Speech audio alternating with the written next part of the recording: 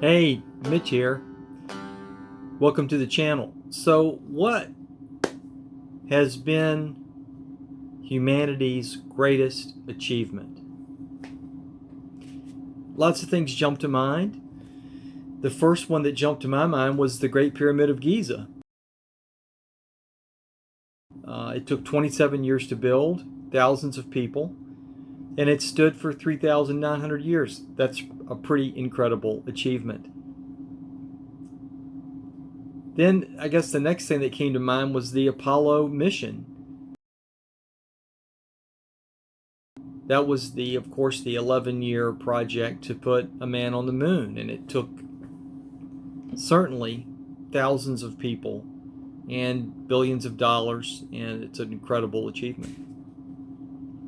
Then I thought about the Human Genome Project. The Human Genome Project took 13 years from 1990 to 2003, and it involved 20 different organizations from 6 different countries. So that's a pretty incredible project. It's helped us understand disease and mutation. It's driving all sorts of innovations in terms of new medications and vaccines, and helped us understand human evolution, far-reaching implications. That's a pretty incredible achievement. In terms of individual human achievement, you might talk about summiting Everest. It was first surveyed in 1802, and it wasn't summited until 150 years later. Pretty incredible to think that Edmund Hillary and Tenzing Norgay were able to reach 29,000 feet above sea level.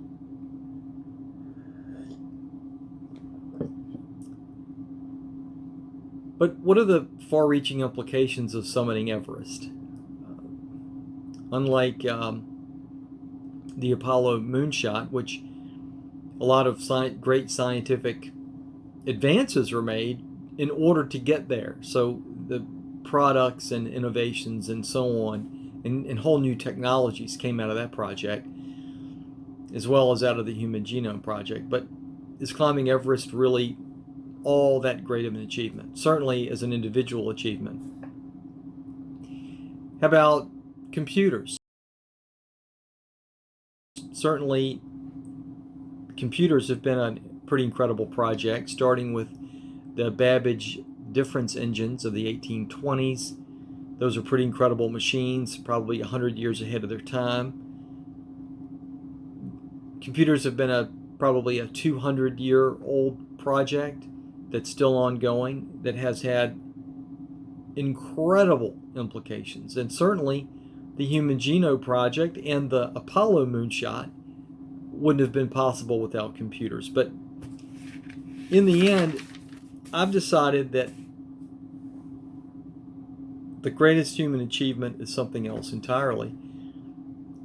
And I think you're probably guessing where I'm going. I mean, and in your mind you might be thinking, well, maybe it's human language. Maybe it's democracy. Maybe it's, I don't know, human rights. But I'm going to go in a different direction. This achievement, which I think is the greatest human achievement, which, by the way, is still going on, has been underway for at least 5,000 years.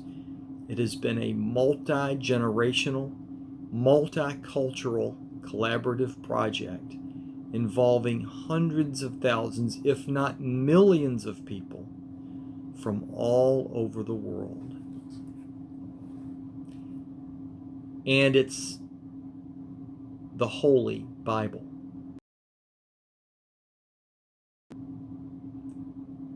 The oldest stories in the Bible date back to prehistoric times. We don't have any idea how old they are. They're the oldest human stories of which we are aware. Those creation myths are at least 5,000 years old. Somehow, over the course of 5,000 years, we slowly put together a library of about 70 books, and it was mostly done prior to the year 300 AD, without modern technology, not only without computers, but without even modern pencils and paper. It was achieved by people speaking at least 4 different languages: Hebrew, Aramaic, Latin, Greek, and more. It is the most heavily referenced, self-referencing book. There are over 63,000 internal references, basically passages that reference other passages. It's essentially the most highly footnoted book ever created. It is the world's most quoted book. It is certainly the book that most influenced other authors. Without this book, there would be no Shakespeare, there would be no Milton, there would be no Lord of the Flies, there would be no Dante's Inferno, no Dickens, no William Blake, no Tolstoy, no Dostoevsky. There would be no Lord of the Rings, no Tolkien. There would be no Narnia, no C.S. Lewis. There would be none of that. Somehow, all of these writers, editors, and compilers across over 5,000 years managed to write a story with a cohesive plot, with a meaningful theme, and a comprehensible story with the most impactful religious message of all time. Only 4 U.S. presidents haven't put their hand on it to take the oath of office, and only 2 of them didn't do so by choice: Franklin Pierce and John Quincy Adams. The other 2 were rushed or in situations where there was no Bible present. And all 46 presidents, by the way, have referenced God in their inaugural addresses. If that isn't a miracle, I don't know what is. If this book isn't a miracle, I don't know what is. If you like this video, please subscribe, please share it, and obviously please like it. And if you want to support our mission or avail yourself of our free programs, please go to heritageartsinc.com.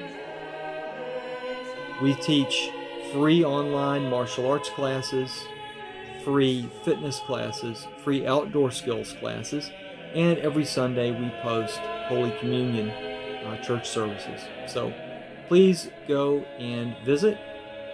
And again, don't forget to subscribe, share, and like. Thanks for watching. Take care.